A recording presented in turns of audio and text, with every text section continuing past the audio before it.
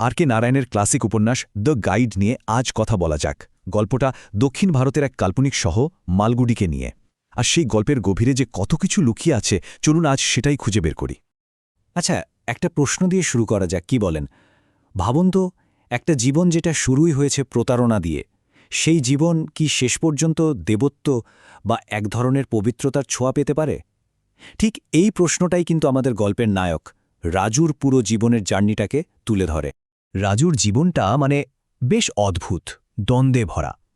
মনে হবে যেন একই মানুষ, কিন্তু তার মধ্যে দুটো সত্তা বাস করছে। একদিকে সে একজন ট্যুরিস্ট গাইড, আবার অন্যদিকে সে একজন গুরু বা সাধু।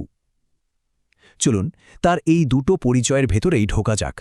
এই যে রাজুর দুটো পরিচয়, দেখুন কেমন আলাদা। তার অতীতে সে ছিল মালগুড়ির এক তুখোর ট্যুরিস্ট গাইড, দারুণ স্মার্ট, উচ্চাকাঙ্ক্ষী আর সবার মন জয় করে নেবার মতো। আর তার বর্তমানে সে গ্রামের মানুষের কাছে একজন পরম শ্রদ্ধেয় ধর্মগুরু। পুরো গল্পটা কিন্তু এগোয় ফ্ল্যাশব্যাকের মধ্যে দিয়ে। রাজু তার বর্তমান জীবনে বসে ভেলান নামের এক গ্রামবাসীকে তার অতীতের সব কথা খুলে বলছে। তো চলুন রাজুর সেই অতীতেই ফিরে যাওয়া যাক। তার গল্পের শুরুটা হয়েছিল মালগুড়ি রেল স্টেশনের একটা সাধারণ দোকান থেকে, কিন্তু ওই সাধারণ জায়গাতেই তার অসাধারণ ব্যক্তিত্ব আর সুযোগকে কাজে লাগানোর ক্ষমতা তাকে সবার নজরে নিয়ে আসে। বাবার দোকানে কাজ করত ঠিকই, কিন্তু ফাঁকে ফাঁকে সে হয়ে উঠেছিল পর্যটকদের গাইড।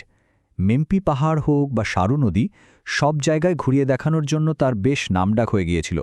আর তার ওই স্মার্ট কথাবার্তা আর হাসিখুশি মেজাজের জন্য জানেন তো, সবাই তাকে রেলওয়ে রাজু নামেই চিনত। আর ঠিক এই সময়েই রাজুর জীবনে এমন এক দম্পতি আসে যারা তার জীবনটাকে একেবারে ওলটপালট করে দেয়।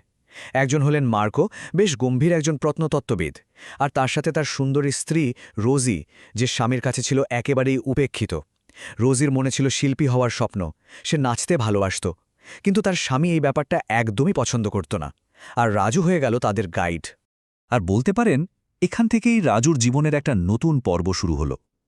একদিকে রোজির সাথে তার সম্পর্কটা দিনে দিনে গভীর হতে থাকল, আর অন্যদিকে তার নিজের উচ্চাকাঙ্ক্ষা যেন সব কিছুকে ছাপিয়ে যেতে শুরু করল। রাজু কিন্তু রোজির নাচের প্রতিভাকে খুব উৎসাহ দিত, আর এই উৎসাহ দিতে গিয়েই তাদের মধ্যে একটা গোপন সম্পর্ক গড়ে ওঠে। আসলে মার্কোর কাছ থেকে রোজি যে মানসিক সাপোর্টটা কখনো পায়নি, সেটাই সে রাজুর কাছে খুঁজে পেয়েছিল। আর এই টানটাই তাদের দুজনকে এক প্রতারণার পথে ঠেলে দিল। এরপর ঘটনাগুলো খুব দ্রুত ঘটতে শুরু করে। মার্কো তাদের সম্পর্কের কথা জেনে যায় আর রোজিকে একা ফেলে রেখে চলে যায়। তখন রাজুই রোজিকে নিজের বাড়িতে আশ্রয় দেয় এই সিদ্ধান্তের জন্য, কিন্তু তার নিজের মা পর্যন্ত রাগ করে বাড়ি ছেড়ে চলে যান। এরপর রাজু হয়ে যায় রোজির ম্যানেজার, আর তার একটা নতুন নাম দেয় নালিনী। আর রাজুর হাত ধরেই নালিনী খুব অল্প সময়েই একজন বিখ্যাত আর ধনী নৃত্যশিল্পী হয়ে ওঠে। কিন্তু অদ্ভুত ব্যাপার হল, তাদের এই সাফল্যের চূড়া থেকেই রাজুর পতনের শুরু হয়। তার লোভ, তার ঈর্ষা ধীরে ধীরে সবকিছু নষ্ট করে দিতে শুরু করে। রাজুর ভালোবাসাটা আস্তে আস্তে কেমন যেন একটা অধিকার বোধে বদলে গেল। সে নালিনীর জীবনটাকে নিয়ন্ত্রণ করতে শুরু করে, প্রচুর টাকা পয়সা উড়িয়ে দেয়, আর তাকে সবার থেকে একেবারে আলাদা করে ফেলে। তাদের সম্পর্কটা যেন একটা সোনার খাঁচায় পরিণত হয়। আর ঠিক তখনই রাজু তার জীবনের সবচেয়ে বড় ভুলটা করে বসে। একদিন মার্কোর কাছ থেকে রোজির নামে একটা পার্সেল আসে। রাজু ঈর্ষার বশে সেটা লুকিয়ে ফেলে। এরপর যখন মার্কোর উকিলরা সেই পার্সেলটা ফেরত চেয়ে চিঠি পাঠায়, তখন রাজু একটা ভয়ঙ্কর কাজ করে। সে রোজির সই জাল করে চিঠির উত্তর দেয়, আর এই জালিয়াতিটাই শেষমেশ ধরা পড়ে যায়। এই জালিয়াতির অপরাধে রাজুর 2 বছরের জেল হয়ে যায়। এটাই ছিল তার জীবনের সবচেয়ে খারাপ সময়। আর এখানেই রোজির সাথে তার সম্পর্কেরও শেষ হয়ে যায়। কিন্তু জেল থেকে বেরোনোর পর রাজুর জীবনে এমন এক অবিশ্বাস্য মোড় আসে যা কেউ কল্পনাও করতে পারবে না। শুধুমাত্র একটা ছোট্ট ভুল বোঝাবুঝির কারণে সে গ্রামের মানুষের কাছে একজন পবিত্র সাধু হিসাবে পরিচিতি পেয়ে যায়। সবচেয়ে মজার ব্যাপার কি জানেন? রাজু আসলে কিছুই চায়নি, সে শুধু একটু একা থাকতে চেয়েছিল, একটু নির্জনতা খুঁজছিল। কিন্তু ভাগ্য তাকে টেনে নিয়ে গিয়ে একেবারে সাধু বানিয়ে দিল। জেল থেকে বেরিয়ে সে মঙ্গলা নামের একটা গ্রামের পরিত্যক্ত মন্দিরে আশ্রয় নিয়েছিল। তার তখন লম্বা চুল, লম্বা দাড়ি, দেখে মনে হচ্ছিল যেন দুনিয়ার কোনো কিছুতেই তার আর আগ্রহ নেই।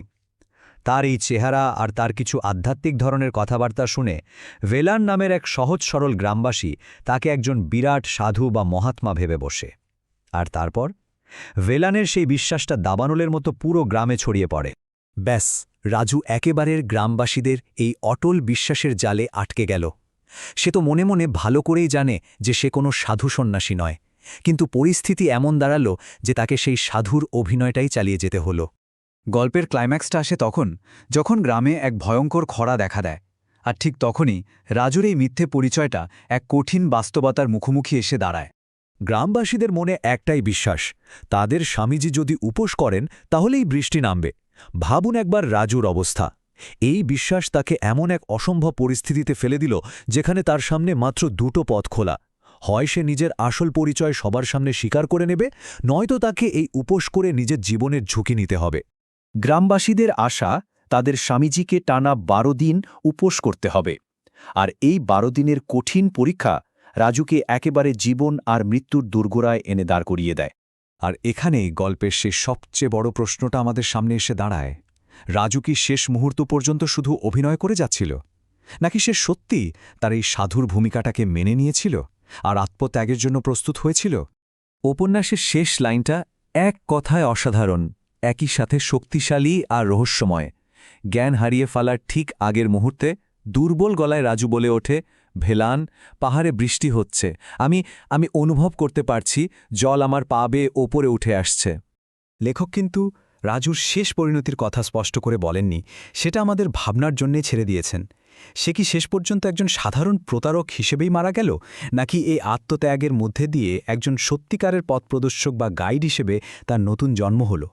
আর এই প্রশ্নটাই দ্য গাইডকে একটা কালজয়ী উপন্যাস করে তুলেছে, যা আমাদের বারবার বিশ্বাস, পরিচয় আর আসল মুক্তি নিয়ে ভাবতে বাধ্য করে।